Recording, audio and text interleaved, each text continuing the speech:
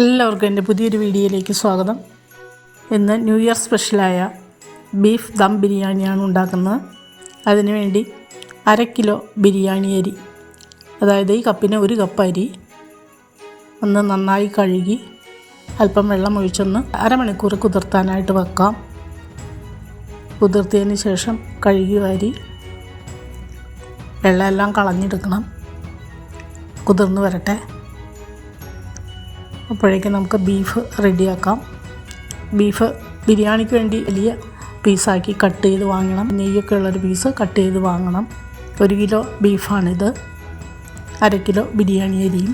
ബീഫൊന്ന് പൊടികളെല്ലാം പുരട്ടി വെക്കാം. അതിനുവേണ്ടി നമുക്കൊരു പാത്രത്തിലേക്ക് 1 table spoon Kashmiri chilli, 1 table spoon സാദാ മുളക് പൊടി, 2 ടേബിൾ സ്പൂൺ മല്ലിപ്പൊടി, 1/4 ടീസ്പൂൺ മഞ്ഞൾപ്പൊടി, 2 teaspoon meet masala, 2 table spoon കുരുമുളക് പൊടി. കുരുമുളക് പൊടിയുടെ ഫ്ലേവർ കൂടുതൽ കിട്ടുന്നതിന് വേണ്ടിയിട്ടാണ്.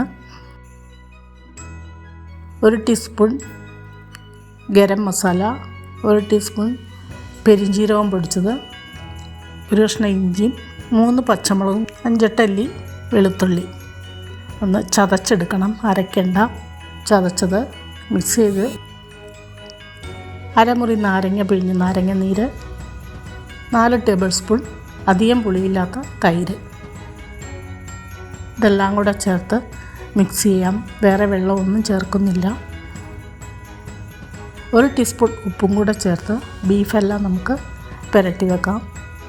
ഒരു 2 മണിക്കൂർ ഫ്രിഡ്ജിൽ വെച്ചാൽ അത്രയും നല്ലതാണ്. ഞാനിത് ഫ്രിഡ്ജിലാണ് വെക്കുന്നത്. അതിന് ശേഷം നമുക്ക് വേവിച്ചെടുക്കാം.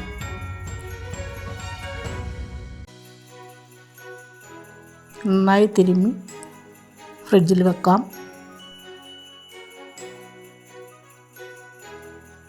2 മണിക്കൂർ കഴിഞ്ഞു നമുക്ക് ബീഫൊന്ന് വേവിച്ചെടുക്കാം.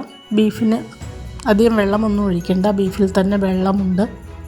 കുക്കറിലേക്ക് ബീഫെല്ലാം പറക്കിയിട്ട് 2 തണ്ട് കറിവേപ്പിലയും ചേർത്ത് ഒരു 1/2 ഗ്ലാസ് വെള്ളം ഒന്ന് ചേർത്ത് 5-6 വിസിൽ വരണം. നന്നായി വേവിച്ചെടുക്കണം. വെന്ത് വരട്ടെ. ഈ സമയം കൊണ്ട് ഒരു മീഡിയം സൈസ് 7 സവാള ഒന്ന് സ്ലൈസ് ചെയ്തെടുക്കണം. ഒരു കടായിലേക്ക് 2 ടീസ്പൂൺ നെയ്യ് ഒഴിച്ച് 100 ഗ്രാം വീതം നട്ട്സും കിസ്മിസും ഒന്ന് ഫ്രൈ ചെയ്തെടുക്കാം. നട്ട്സ് മൂത്ത് വരുമ്പോൾ കിസ്മിസും കൂടെ ചേർത്ത് ആകെ 7 ടീസ്പൂൺ നെയ്യ് ഞാൻ ചേർക്കുന്നുള്ളൂ. ബാക്കി സൺഫ്ലവർ ഓയിൽ ചേർത്താൽ മതി. 2 മൂത്ത് വരുമ്പോൾ നമുക്ക് കോരി ഒരു പ്ലേറ്റിലേക്ക് മാറ്റാം. ഇതേ കടായിലേക്ക് തന്നെ 1 ടീസ്പൂൺ നെയ്യും കുറച്ച് ഓയിലും കൂടെ ഒഴിച്ച് സവാളയൊന്ന് ഫ്രൈ ചെയ്തെടുക്കാം. ഒരു 5 സവാള ഇപ്പോൾ ഫ്രൈ ചെയ്യുന്നുണ്ട്. ബാക്കി വഴറ്റാനെടുക്കാം.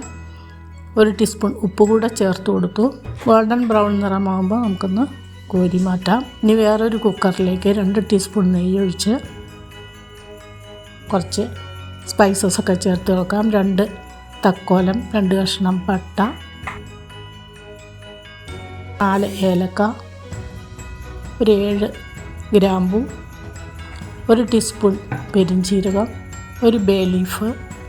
ഇതെല്ലാം കൂടെ ഒന്ന് ആ നെയ്യിലൊന്ന് വഴറ്റിയതിന് ശേഷം നമുക്ക് കഴുകി വെള്ളം കളഞ്ഞ് വെച്ചിരിക്കുന്ന റൈസ് ചേർത്ത് കൊടുക്കാം.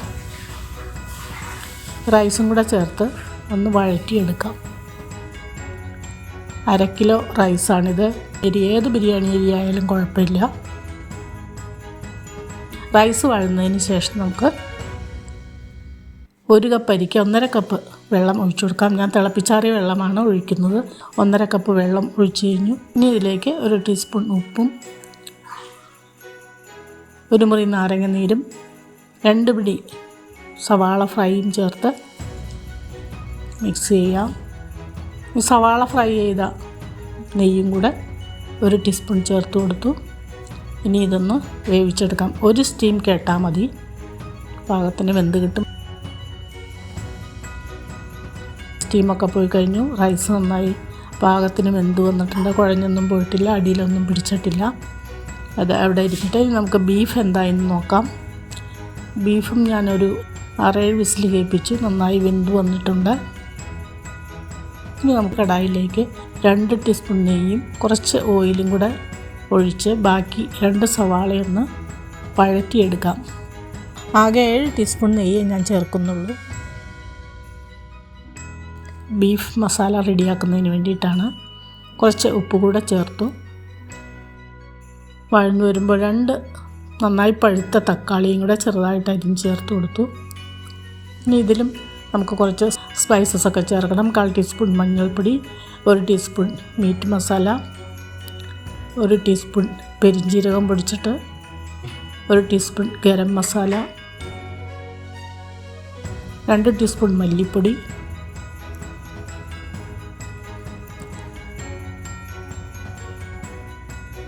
1 ടീസ്പൂൺ മുളക് പൊടി, 2 കഷ്ണം പട്ട, 2 തക്കോലം, 2 ഏലക്ക, 4 ഗ്രാമ്പൂ, 1 ബേ ലീഫ്. ഇതെല്ലാം കൂടി ഒന്ന് നന്നായി വഴറ്റിയെടുക്കാം. അതിനുശേഷം 4 ടേബിൾ സ്പൂൺ അധികം പുളിയില്ലാത്ത തൈര് അതും കൂടെ ചേർത്ത് വഴറ്റിയതിന് ശേഷം വേവിച്ച് വെച്ച ബീഫ് ചേർത്ത് കൊടുക്കാം. ഒന്ന് തിളപ്പിച്ച് കുറുക്കിയെടുക്കാം. അല്പം ചാറോടുകൂടി ആണ് വേണ്ടത്. ദം ചെയ്യാനുള്ളതാണ്.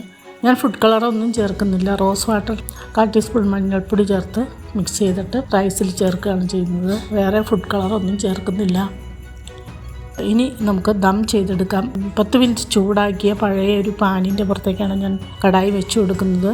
കടായിൽ തക്കാളി റൗണ്ടായിട്ട് അരിഞ്ഞ് വെച്ച് വീണ്ടും ബീഫും റൈസും ലെയറായിട്ട് ഇട്ട് കൊടുക്കാം. ബീഫ് ചേർത്ത് കഴിഞ്ഞു, റൈസും ചേർത്ത് കൊടുത്തു. ഇനി മല്ലിയിലയും പുതിനയിലയും വിതറി കുറച്ച് സവാള ഫ്രൈയും നിരത്തി നട്ട്സും കിസ്മിസും ചേർത്തു. ഇനി അതുപോലെ തന്നെ വീണ്ടും ബീഫ് ചേർത്ത് റൈസ് ചേർത്ത് മല്ലിയില പുതിനയില നട്ട്സ് കിസ്മിസ് സവാള ഫ്രൈ എല്ലാം ചേർത്ത് ലെയറായിട്ട് 3 ലെയറായിട്ടാണ് ഞാൻ ചെയ്യുന്നത്. എൻ്റെ ചാനൽ പുതുതായി കാണുന്നവരൊന്ന് സബ്സ്ക്രൈബ് ചെയ്യുക. തൊട്ടടുത്ത ബെല്ലൈക്കനും ഓളും പ്രസ് ചെയ്താൽ ഞാനിടുന്ന എല്ലാ റെസിപ്പിയും നിങ്ങൾക്ക് ഇൻറ്റിമേഷൻ കിട്ടുന്നതായിരിക്കും.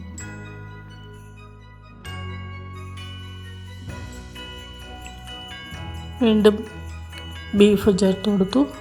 ബാക്കിയുള്ള റൈസും കൂടെ ചേർത്തു. ലാസ്റ്റ് കുറച്ച് മല്ലിയില പുതിനയിലയും ചേർത്തു. ഇനി കുറച്ചധികം സവാള ഫ്രൈയും നട്ട്സും കിസ്മിസും ഒക്കെ ചേർത്തു. ആവിയൊന്നും പുറത്തേക്ക് പോകാതെ ഇനി നമുക്കൊരു അലുമിനിയം ഫോയിൽ പേപ്പർ വെച്ച് നന്നായി അടച്ച് ഒരു 20 മിനിറ്റ് ലോ ഫ്ലെയിമിൽ ദം ചെയ്തെടുക്കാം. അവിടെ ഇരിക്കട്ടെ. സമയം കൊണ്ട് നമുക്കൊരു ചട്നി കൂടി റെഡിയാക്കാം. പച്ചമുളക്, ഉള്ളിയും തേങ്ങയും ഇഞ്ചിയും ഒക്കെ ചേർത്ത് ദം ചെയ്യാൻ വെച്ചിട്ട് 20 മിനിറ്റായി. ഇനി നമുക്കതൊരു സൈഡിൽ നിന്ന് എടുത്ത് സെർവ് ചെയ്യാവുന്നതാണ്. സാലഡും പപ്പടവും അച്ചാറും എല്ലാം കൂട്ടി വിളമ്പാവുന്നതാണ്. ഞാനിവിടെ 1 മാസം മുമ്പ് മുഴുവൻ നാരങ്ങ വഴറ്റി അച്ചാറിട്ടിരുന്നു. അതിപ്പോൾ അലത്ത് വന്നിട്ടുണ്ട്. നാരങ്ങ അച്ചാറും കൂട്ടി നമുക്ക് ബിരിയാണി കഴിക്കാം. നിങ്ങളും ഇതുപോലെ ഒന്ന് ട്രൈ ചെയ്യണേ.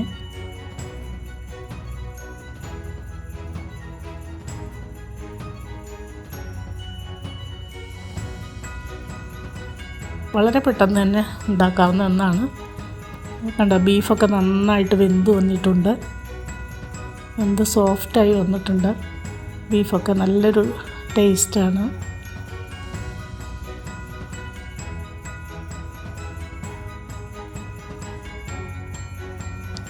ബിരിയാണി കഴിച്ച് കഴിഞ്ഞ് നമുക്ക് ഞാനിവിടെ ഉണ്ടാക്കിയ ബീറ്റ്റൂട്ട് വൈനും കൂടെ കുടിക്കാം.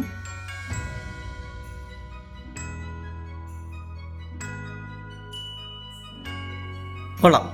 നിങ്ങളും ട്രൈ ചെയ്യുക. ഇനി പുതിയൊരു വീഡിയോ ആയിട്ട് വരുന്നവരെ ബൈ.